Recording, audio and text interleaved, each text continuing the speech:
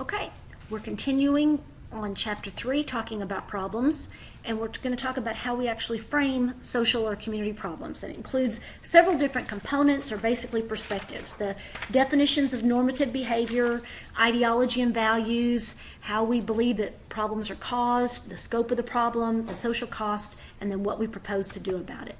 So the first perspective or component when we think about framing a social problem is defining what is normative and deviant. Basically, who decides what's normal and what's deviant? How is the standard communicated to all of those? Basically, social problems are usually defined as a need within a community. Let's say that you live south of the railroad tracks. That's a common term for the poorer part of town, or maybe the part of town that's not very kept up very well, a lot of rental property. If you live in that part of town, you may be more concerned about issues related to crime in your particular neighborhood than someone who lives in a nicer community. That seems kind of contradictory, but it's probably true because crime is more likely to occur in those particular neighborhoods. So how we frame the problem depends upon who's defining it and what's defined as normative versus deviant. All right, when we think about the classification, there are different types of needs. So we talk about normative needs, and this is basically defined by what is considered to be a deviation from the norm or from a social standard. There's comparative need, and this is a part of the community that differs considerably from the community as a whole on social or economic variables. Then we can talk about felt needs, and this is something a want based on a subjective or relative sense of deprivation. In this case, the goal of the community practitioner is to move the community from felt needs to then expressed needs. And expressed need is basically going beyond the study, the comparison and feeling of deprivation to actually then taking action. So this is kind of almost a process we go through, and in order to really address needs, they need to be expressed. Okay, our problem definition is also affected by our ideology and our values. An ideology is defined as an internally consistent and integrated set of values and beliefs that reflect a social problems definer's worldview. Whew, that's a long definition to basically say our values influence what we believe is a problem or what we don't believe is a problem. It's not, our ideology is not defined by labels, but it includes our personal beliefs and standards. It's not conflictual within a community when it is shared by the majority. So for example, most of us in society believe in the value or the concept of public health. We believe that there should be mechanisms by which we contain the spread of contagious diseases. So if we have a certain strain of the flu, we believe that public health should take precedence. And if we were all told that we all needed to wear a mask, we probably would.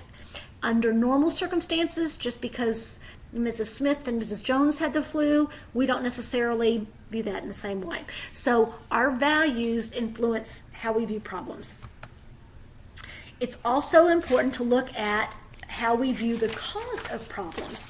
So in other words, do we view, let me go back, sorry about that. So do we view that problems are caused by social factors? And this is based on the perception that the problem is not only the result of physical, biological, and natural forces, but also social causes.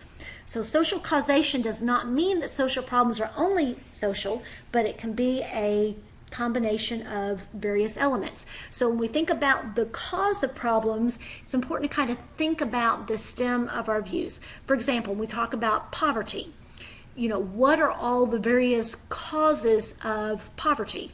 Well, it depends on the family that you're born into, it depends on the neighborhood you're raised in, it depends on your level of intelligence and personality, but then there's also social forces that interact with all those other variables. All right, let me get the right slide going. Okay, another thing that affects our problem definition is the scope. It's important to think about how many people are affected. All right, the scope is the social conditions impact on the number and proportion of the community that's affected by the problem. the incidence and prevalence, and then how seriously it's considered. We look at the extent of the problem, the incidence and prevalence, and who is affected. It's important for political and social action and to realize remediation. So the more people that are affected, the greater the likelihood that we're going to take action. Let's say that you live in a community that a certain manufacturing plant employs a large number of employees. Well, if that plant starts laying off employees just a few at a time, the scope isn't very significant, and so we don't view that as necessarily being a social problem or a social condition. We focus more on those individuals and what they need to do to become reemployed. If the entire manufacturing plant closes down, all of a sudden we have a scope of the problem. It's impacting a large number of people. It's going to affect all of the resulting businesses that people can't afford to buy services from. It's going to affect a large segment of the community, and so the scope of the problem is pretty critical to our understanding. Related to that is we want to think about the social cost. So who's bearing the cost, what's the perceived cost, and then the perception of its distribution of the cost. And then remediation is basically not only understanding what causes the problem, but the belief that it can be changed. Okay, we're getting ready to move into part 3 of understanding problems.